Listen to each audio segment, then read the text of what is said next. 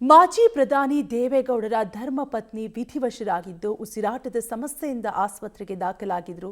ಆದರೆ ಚಿಕಿತ್ಸೆ ಫಲಕಾರಿಯಾಗದೆ ವಿಧಿವಶರಾಗಿದ್ದು ಈಗಾಗಲೇ ಸಾಕಷ್ಟು ಗಣ್ಯರು ಅಂತಿಮ ದರ್ಶನವನ್ನ ಪಡೆದುಕೊಂಡ್ರು. ಚನ್ನರಾಯಪಟ್ಟಣಕ್ಕೆ ಚೆನ್ನಮ್ಮ ಪಾರ್ಥಿವ ಶರೀರ ಈಗ ತಲುಪಿದೆ.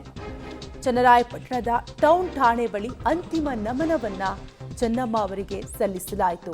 ಹೀಗೆ ದಾರಿಯುದ್ದಕ್ಕೂ ಕೂಡ ಚೆನ್ನಮ್ಮನವರ ಅಂತಿಮ ದರ್ಶನವನ್ನ ಗ್ರಾಮಸ್ಥರು ಪಡಿತಾ ಇದ್ದು, ಚೆನ್ನಮ್ಮ ಅಂತಿಮ ದರ್ಶನಕ್ಕೆ ರಸ್ತೆ ಇಕ್ಕೆಲಗಳಲ್ಲಿ ಜನಸಾಗರ ಹರಿದು ಬರ್ತಿದೆ.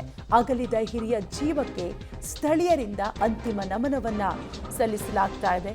ಒಟ್ಟಾರೆಯಾಗಿ ಮಾಜಿ ಪ್ರಧಾನಿ ದೇವೇಗೌಡರ ಧರ್ಮ ಪತ್ನಿ ವಿಧಿವಶರಾಗಿದ್ದು ಈಗಾಗಲೇ ಸಾಕಷ್ಟು ಗಣ್ಯರು ಅಂತಿಮ ದರ್ಶನವನ್ನ ಪಡೆದುಕೊಂಡಿದ್ದು, ಚನ್ನರಾಯಪಟ್ಟಣಕ್ಕೆ ಚೆನ್ನಮ್ಮ ದೇವೇಗೌಡರ ಪಾರ್ಥಿವ ಶರೀರ ತಲುಪಿದ್ದು, ತೀವ್ರ ಉಸಿರಾಟದ ಸಮಸ್ಯೆಯಿಂದ ನಿಧನರಾದ ಚೆನ್ನಮ್ಮ ಅವರಿಗೆ ನಾಡಿನ ಗಣ್ಯರು, ರಾಜಕಾರಣಿಗಳು ಮತ್ತು ಸಾರ್ವಜನಿಕರು ಅಂತಿಮ ನಮನವನ್ನ ಸಲ್ಲಿಸಿದ್ದಾರೆ.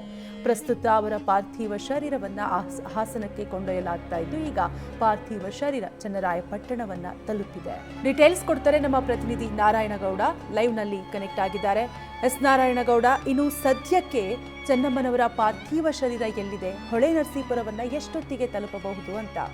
ಕಾವ್ಯ ಅಂತಂದರೆ ಇವತ್ತು ಏನು ಮಧ್ಯಾಹ್ನನೇ ಏನು ಚೆನ್ನಮ್ಮ ಅವರ ಮೃತದೇಹ ಹೊರಟಿರುವಂಥದ್ದು. ಆದರೆ ಮಾರ್ಗದುದ್ದಕ್ಕೂ ಕೂಡ ಸಾಕಷ್ಟು ಅವರ ಸಾರ್ವಜನಿಕರು ಮತ್ತು ಅವರ ಅಭಿಮಾನಿಗಳು ಅಂದರೆ ದೇವೇಗೌಡರ ಅಭಿಮಾನಿಗಳು ಅವರನ್ನ ಮೃತದೇಹದ ಒಂದು ಅಂತಿಮ ನಮನ ಸಲ್ಲಿಸುವಂಥ ಕಾರಣದಿಂದಾಗಿ ಈ ಸದ್ಯದ ಮಾಹಿತಿ ಪ್ರಕಾರ ಅಂದರೆ ಕೇವಲ ಆ ಚನ್ನರಾಯಪಟ್ಟಣದಿಂದ ಒಂದು 5 ಕಿಲೋಮೀಟರ್ ಮುಂಭಾಗಕ್ಕೆ ಮುಂದೆ ಅಷ್ಟೇ ಈಗ ಚೆನ್ನಮ್ಮ ಅವರ ಮೃತದೇಹ ಬಂದಿರುವಂಥದ್ದು. ಅಂದರೆ ಇನ್ನು ಶಾಂತಿಗ್ರಾಮ ದಾಟಬೇಕು ಮತ್ತು ಡೈರಿ ಸರ್ಕಲ್, NR ಸರ್ಕಲ್, ಈ 3 ಸರ್ಕಲಲ್ಲೂ ಕೂಡ ಈಗಾಗಲೇ ಸಾವಿರಾರು ಜನ ಈಗಲೂ ಕೂಡ ರಸ್ತೆ ಮಧ್ಯೆ ಕಾಯ್ಕೊಂಡು ನಿಂತಿರೋದು. ಅಂದರೆ ಅವರಿಗೆ ಒಂದು ಅಂತಿಮ ನಮನ ಸಲ್ಲಿಸೋದಕ್ಕೆ. ಆದರೆ ಆ ಸದ್ಯದ ಮಾಹಿತಿ ಪ್ರಕಾರ ಇನ್ನು ಚನ್ನರಾಯಪಟ್ಟಣದಿಂದ 5 ಕಿಲೋಮೀಟರ್ ಸಾಗಿರುವಂಥದ್ದು ಅಷ್ಟೇ ಮೃತದೇಹ. ಆದರೆ ಏನು ಹೊಳೆ ನರಸೀಪುರದ ರೇವಣ್ಣ ಅವ್ರ ಮನೆಗೆ ಬರಬೇಕು ಅಂದರೆ ಕನಿಷ್ಠ ಪಕ್ಷ 2 ಗಂಟೆಯಿಂದ 3 ಗಂಟೆ ಆಗುತ್ತೆ ಅನ್ನೋ ಒಂದು ಮಾಹಿತಿ ಇರುವಂಥದ್ದು. ಆದರೆ ಈಗಾಗಲೇ ಮುಂಜಾಗ್ರತಾ ಕ್ರಮವಾಗಿ ಪೊಲೀಸರು ಕೂಡ ರೇವಣ್ಣ ಅವರ ಮನೆ ಮುಂದೆ ಎಲ್ಲ ಸಿದ್ಧತೆ ಕೂಡ ಮಾಡ್ಕೊಂಡಿರುವಂಥದ್ದು. ಅಂದರೆ ನಾಳೆ ಬೆಳಿಗ್ಗೆಯಿಂದನೂ ಕೂಡ ಮೃತದೇಹದ ಅಂತಿಮ ದರ್ಶನ ಇರೋದ್ರಿಂದ ಸಾಕಷ್ಟು ಹೊಳೆ ನರಸೀಪುರ ಸುತ್ತಮುತ್ತ ಇರುವಂಥ ಹಳ್ಳಿಗಳಲ್ಲಿ ಸಾಕಷ್ಟು ಜನ ಬರೋದ್ರಿಂದ ಯಾವುದೇ ರೀತಿಯಾದಂಥ ಒಂದು ಗೊಂದಲ ನಿರ್ಮಾಣ ಆಗಬಾರ್ದು ಅಂತ ಅನ್ನೋ ನಿಟ್ಟಿನಲ್ಲಿ ಈಗಾಗಲೇ ರೇವಣ್ಣ ಅವರು ಕೂಡ ಒಂದು ಸ್ಥಳ ಪರಿಶೀಲನೆ ನಡೆಸಿದ್ರು. ಅಂದರೆ ಪೊಲೀಸರು ಏನು ಬ್ಯಾರಿಕೇಡ್ಗಳನ್ನು ಹಾಕಿ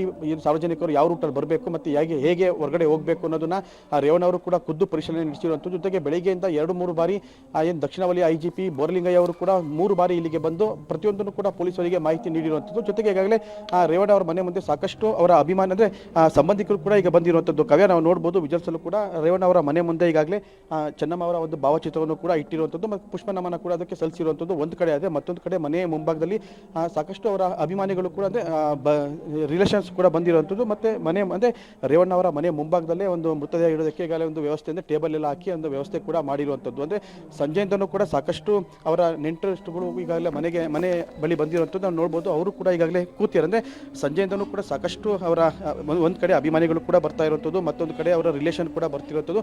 ಬಂದವರೆಲ್ಲರೂ ಕೂಡ ಅವರ ಮೃತದೇಹ ಬರೋದನ್ನೇ ಕಾಯ್ತಾ ಇರುವಂಥದ್ದು. ಆದರೆ ಸದ್ಯದ ಮಾಹಿತಿ ಪ್ರಕಾರ ಏನು ಚನ್ನರಾಯಪಟ್ಟಣ ದಾಟಿರುವಂಥ ಮೃತದೇಹ ಸದ್ಯಕ್ಕೆ ರೇವಣ್ಣ ಅವರ ಮನೆ ತಕ್ಕೆ ಬರಬೇಕು ಅಂತಂದರೆ ಕನಿಷ್ಠ ಪಕ್ಷ 2 ರಿಂದ 3 ಗಂಟೆ ಆಗುತ್ತೆ ಅನ್ನೋ ಮಾಹಿತಿ ಸದ್ಯಕ್ಕೆ ಇರುವಂಥದ್ದು. ಕಾವ್ಯ.